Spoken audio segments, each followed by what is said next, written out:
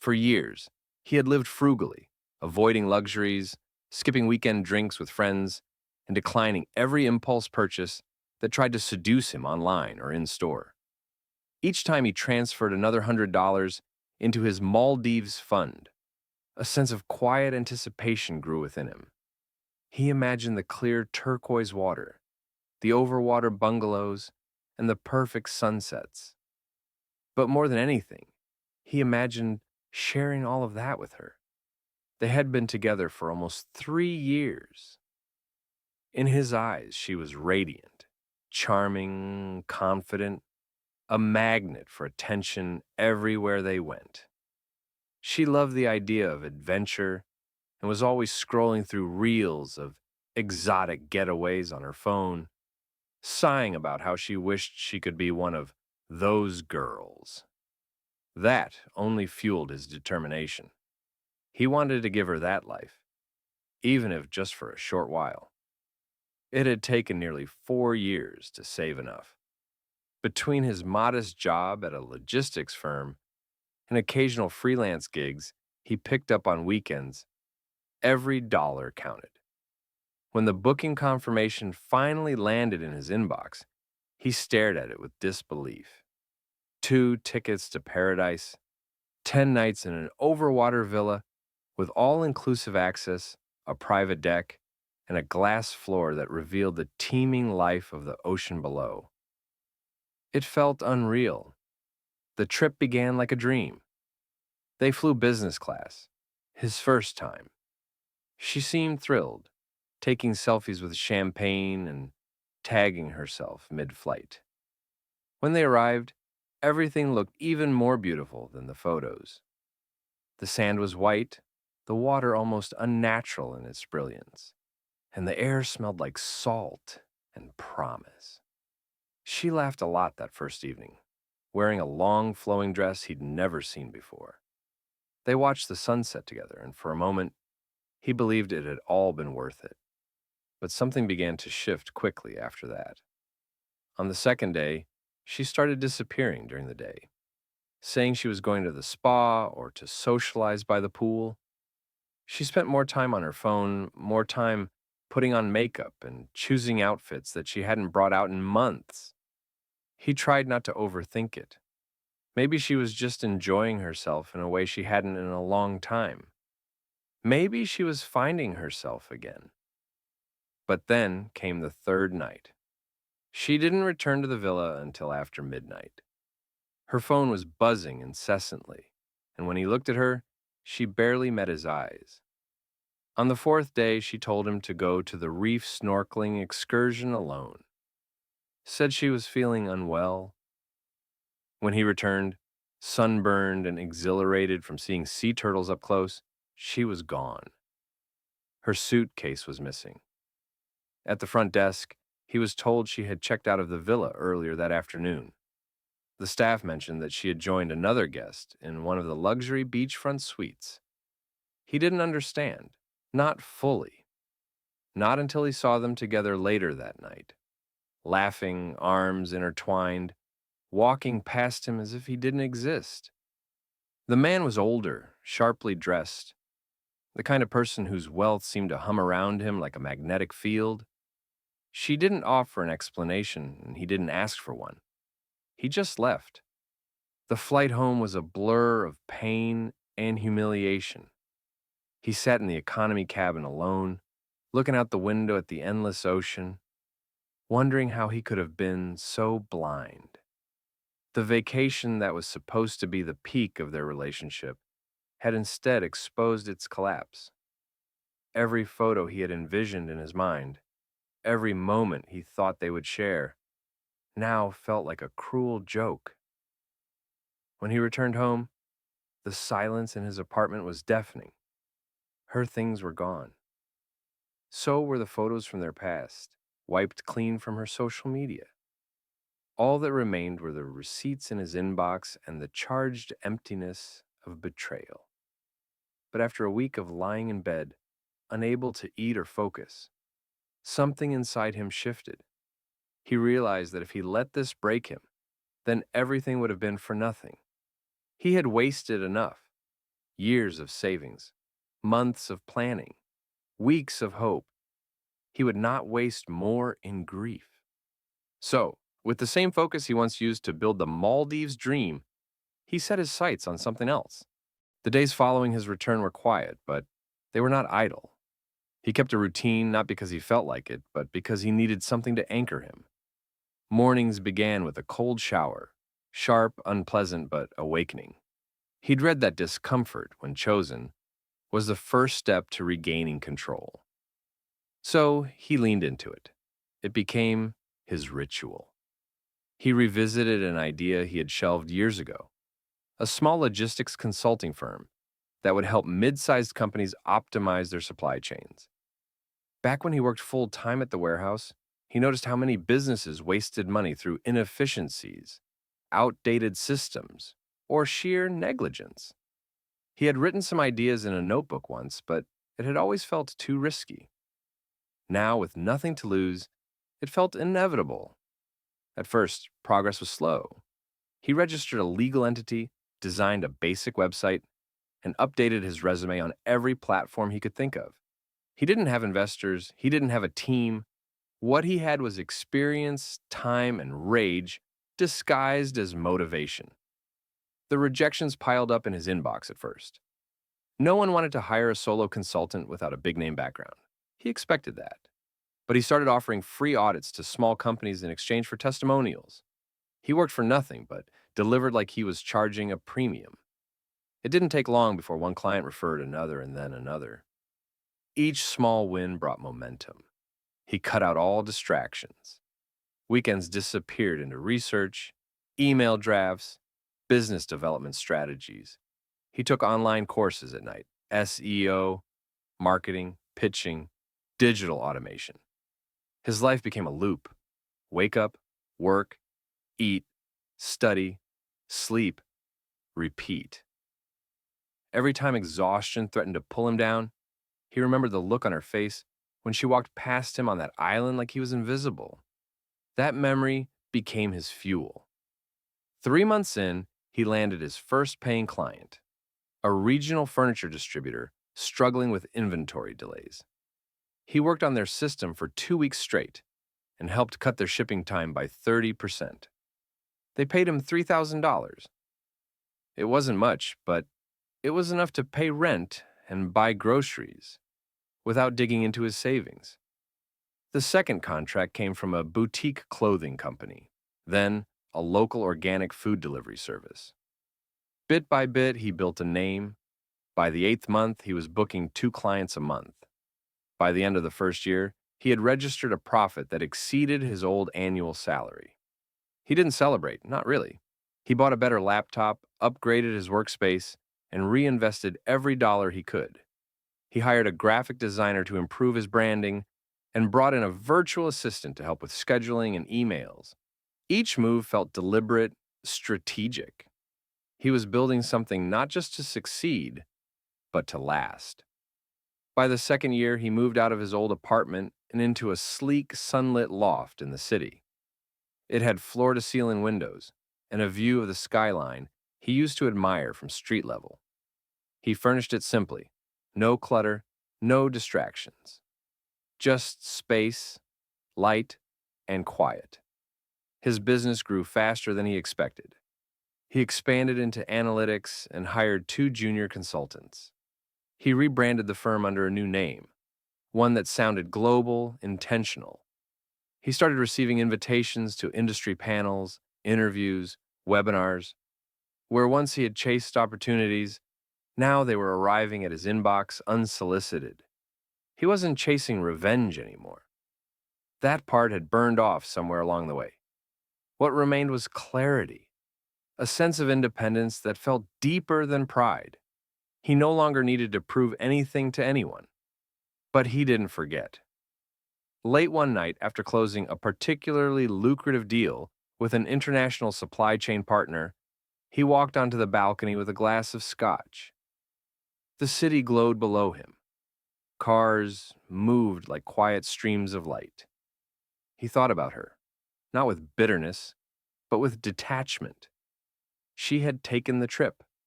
She had made her choice, and that choice had forced him to face himself.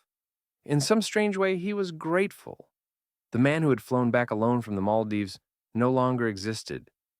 In his place stood someone sharper, stronger, no longer willing to beg for love or attention.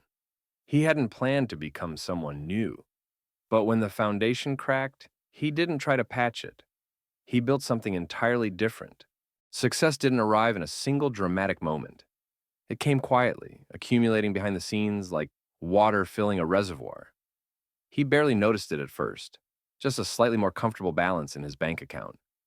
A new client reaching out because someone had heard about his work, a casual compliment from a fellow consultant during a networking event. But over time, the small signs multiplied. His business started generating consistent revenue, enough for him to hire a small but capable team. With two consultants, a marketing specialist, and a part-time accountant, he transformed from a one-man operation into a real company. The name he had chosen, a bold, tech-savvy title, began appearing on LinkedIn posts, industry newsletters, and even minor trade publications. By the start of his third year in business, things accelerated.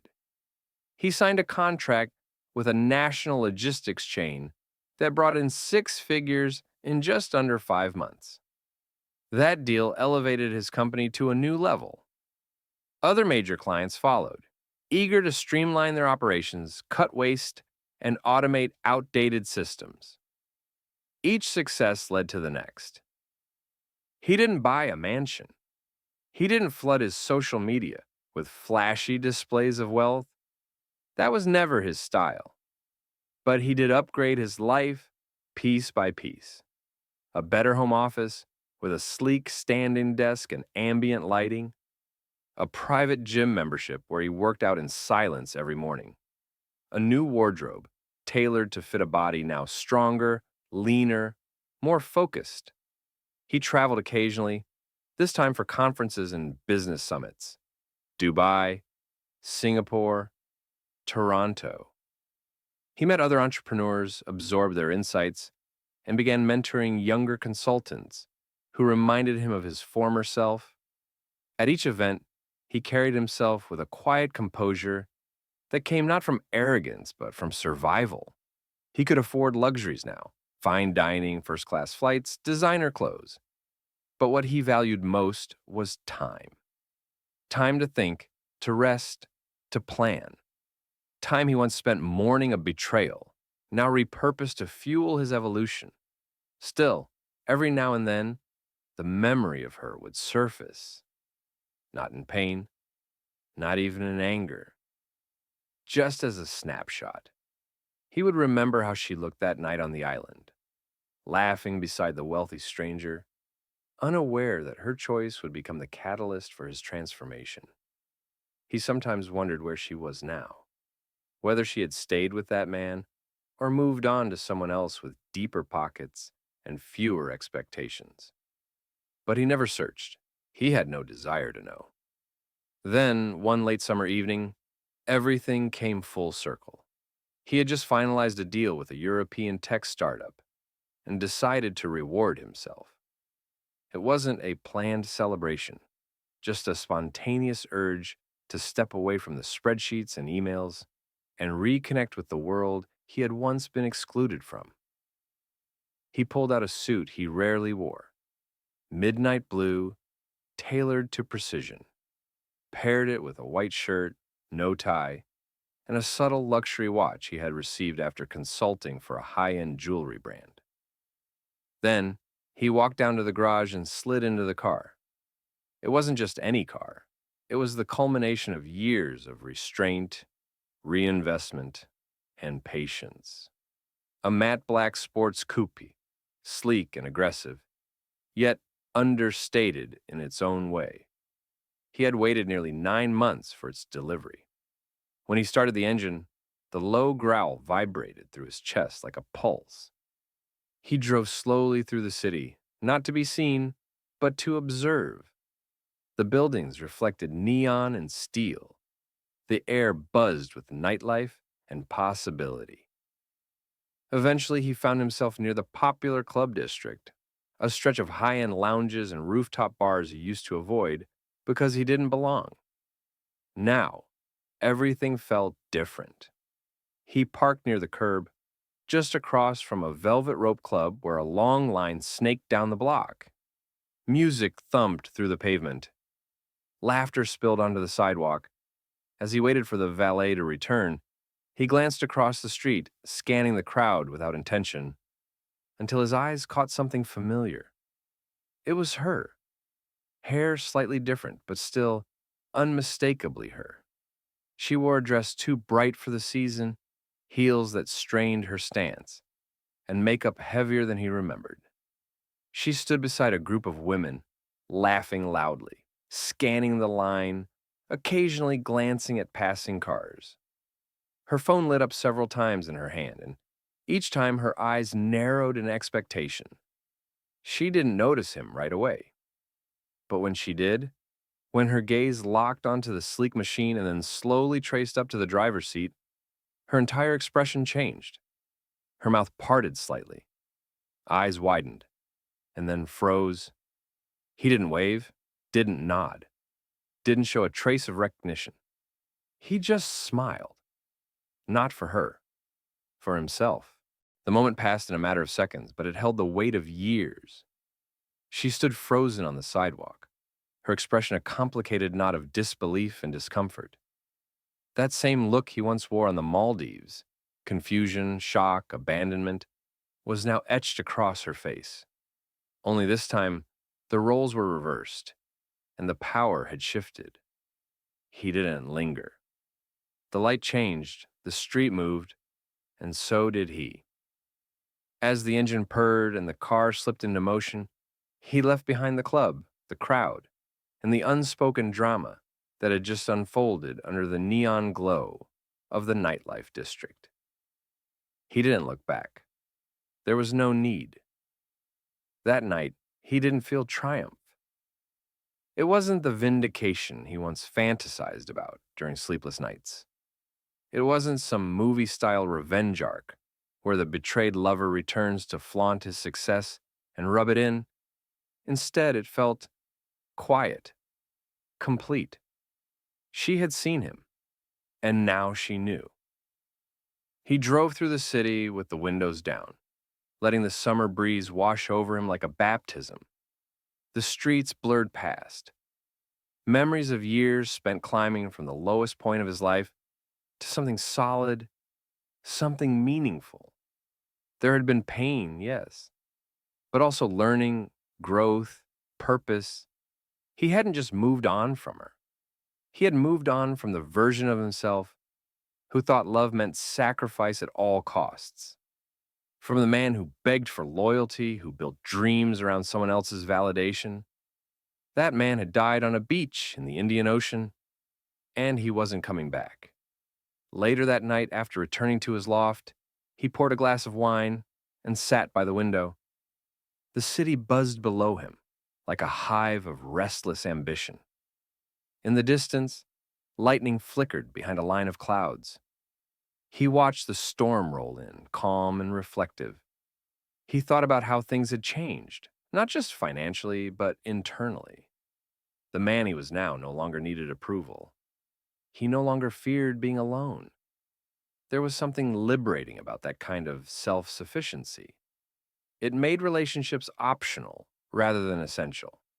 He had built a full life, and anyone who entered it now would be stepping into something already whole, not something desperate for completion.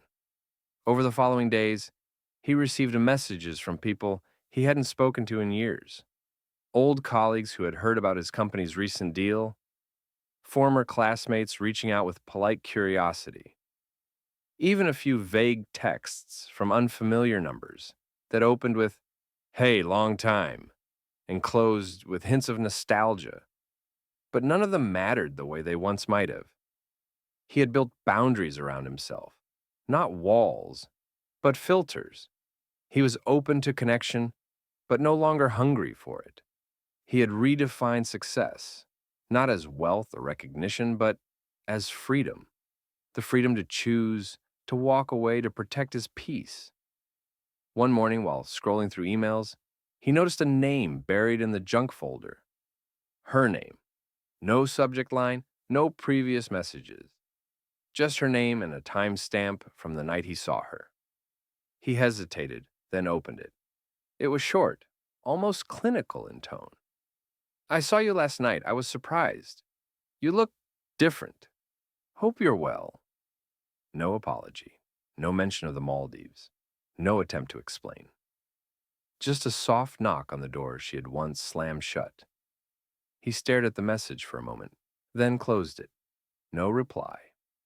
Not out of bitterness, but because there was nothing left to say. Some chapters aren't meant to be reopened. They aren't unfinished. They're just complete, even if the ending wasn't neat or satisfying at the time. Now, with distance and perspective, he could see that some people enter your life not to stay, but to spark transformation. And that's exactly what she had done. She had broken something in him. And from those fragments, he had built someone better. Later that month, he was invited to speak at a major entrepreneurship summit in New York. It was the kind of event he used to watch online, imagining himself on stage, wondering what it would feel like. Now, he was the one stepping under the lights, sharing his story. Not about heartbreak or betrayal, but about resilience and vision. He didn't mention her. He didn't have to. He spoke of failure, of starting from zero, of reinventing yourself when no one is watching. And when the applause came, it wasn't for revenge or drama. It was for growth, for integrity. After the talk, a young attendee approached him, eyes wide with admiration. How did you stay motivated through the hard times? He thought for a moment, then answered honestly, I didn't stay motivated. I stayed disciplined. And eventually, that became enough. The summit came and went, but something lingered afterward, an inner clarity that hadn't fully crystallized until that moment on stage. As the days turned into weeks, he began noticing how much his life had become something not just built, but earned. It wasn't a matter of luck or a sudden windfall. It was forged piece by piece from pain, consistency, and patience. He still remembered how it all began. The Maldives trip he once believed would mark the peak of his romantic life. The island paradise that turned into an emotional shipwreck. Her betrayal had gutted him, but it had also revealed the fragile scaffolding of his old life, the way he built his happiness on the approval of others, especially hers. Now he didn't need that approval, not from her, not from anyone. Instead, he found joy in autonomy, in morning routines that were his alone, in the control he had over his time, his work, his identity. The man he had become was one who made promises only to himself and kept them. But the world didn't stop. It kept spinning, and he moved with it. His company expanded again, this time into consulting for sustainable tech initiatives. It was work that mattered, projects that helped reforest land, reduce energy waste, and innovate clean transportation systems. He hired more staff, opened a second office in another city, and began mentoring young founders with fire in their eyes and doubt in their voices. He didn't just offer them strategies. He offered them what he never had: belief. Somewhere along the way, he stopped counting wins and started creating momentum. It wasn't about milestones anymore.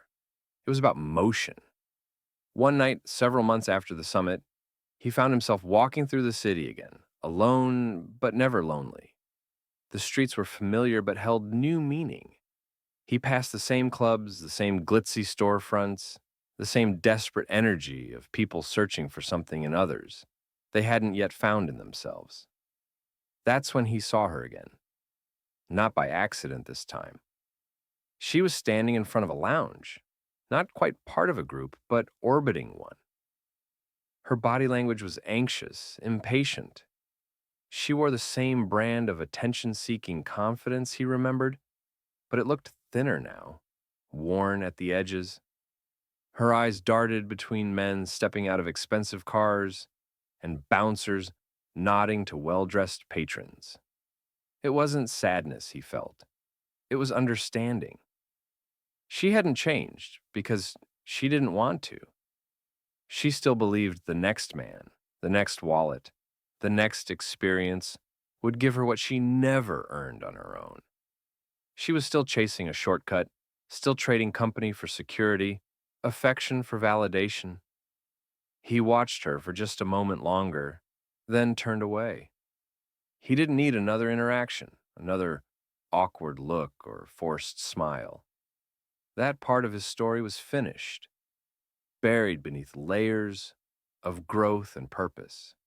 He walked on, letting her disappear into the background noise of a life he no longer shared with her. As he crossed the street, a familiar chime buzzed in his jacket pocket. A message, this time from someone new, someone he'd recently met at a networking dinner. They had connected over ideas, not appearances. She had asked thoughtful questions, listened with interest, and left without dropping hints or playing games. The conversation had felt real. He smiled and typed a reply, not too eager, but not distant either. There was no rush, no expectation, just possibility. When he returned to his penthouse, he stood on the balcony for a while, looking over the sleeping city. The skyline pulsed softly against the night sky, and far below, the distant hum of life continued in its rhythm. He thought of all the nights he used to lie awake, haunted by what had happened on that island, the betrayal, the emptiness. Now, it was nothing more than a story with a beginning, a collapse, and a resurrection. The luxury car parked downstairs, the business thriving in two cities, the peace he carried like armor. None of it was for her. It was for him. He didn't become successful to prove anyone wrong. He became successful because he refused to stay broken. And as he stepped inside, closed the glass door, and turned off the lights, the silence that filled the room wasn't empty. It was earned. He was no longer running from pain. He was walking toward something greater,